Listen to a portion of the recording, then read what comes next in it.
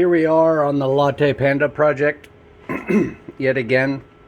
So I ordered a powered serial ATA adapter because when I got this one and I plug it into the back of the Latte Panda, it just freaks out.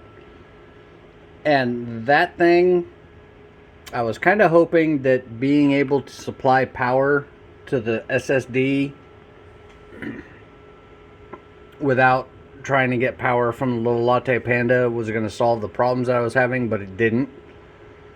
I could get it to be somewhat stable, but then when I was doing some testing, and I've got 4 of these USB drives, and I would plug them into the USB 2 port, and I would copy all the stuff that I have on those, just a bunch of G-code files and stuff over.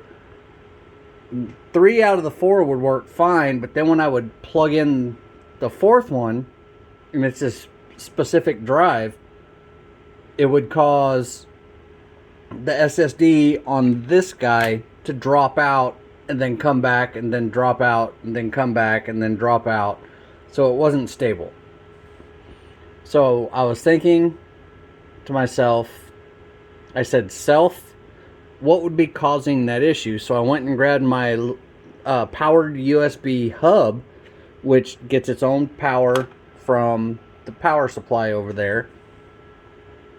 And I was thinking maybe one of these is just drawing too much power because they're cheap drives. And I plugged this into the USB 2 with the drive on this guy in USB 3, and it still wasn't stable. And so what I've decided to do and do some testing is, this is not a USB 3 hub, but it's a powered hub, and this goes into the USB 3 port. I went back to the original serial ATA to USB adapter into the powered hub, so this is getting its power from this. And I've even got extra drives, and I populated almost all the ports. Everything seems to be stable this way. So I was wondering to myself, I said, self, what happens if we try and load a G-code from this, which is plugged into the USB 3 port through a USB 2 hub, and let's just see what happens. So if we go to my computer, we can see that we have 460 gig. This is a 512 gig SSD. We can see we have that here, and it's drive letter F. I don't know if you can see that or not, but it's drive letter F. So if we go and load a G-code, we'll go to new volume, which is drive letter F. We'll go to G-code, go to Katie, and here's a G-code for a ring that I had done.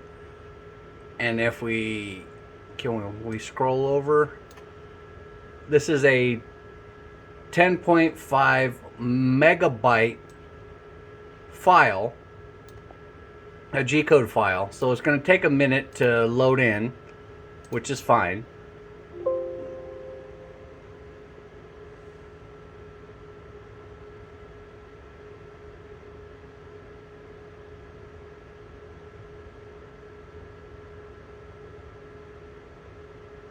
It's generating the toolpath window that we see here.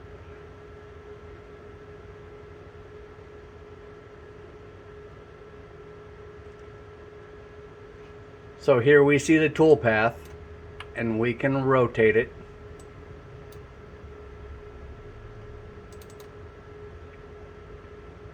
And let's just run it and see what happens. So I've got this set at 300% feed rate override.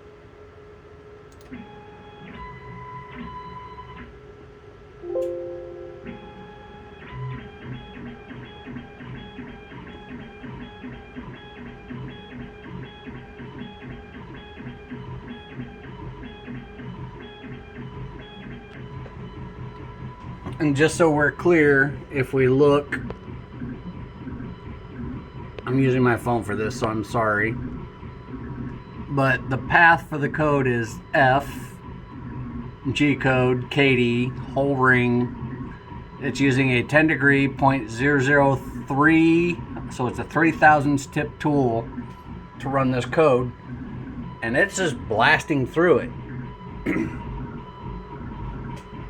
My window's all dirty, but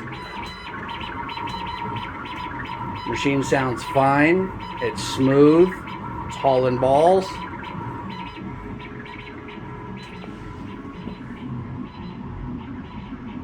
So doing this route with a powered USB hub and this plugged in, and I imagine a USB 3 hub would get us our same results. And if we look here, here's my dongle for my cordless keyboard and mouse. So this is a viable alternative from using SD cards. You just go to your computer that you're creating your G code from, copy it over to a memory stick, plug it in, copy it over. And I actually took all 5 of these sticks and copied them over to the SSD, and it seems to be running fine. It seems to be stable, no dropouts like it was doing if I had this guy plugged in and this plugged into the USB 2. It's pretty stable, so I mean that's a great way to get expanded storage on a little machine like this. Just trying to keep it real, trying to tell you what I find, and I think it's a great alternative.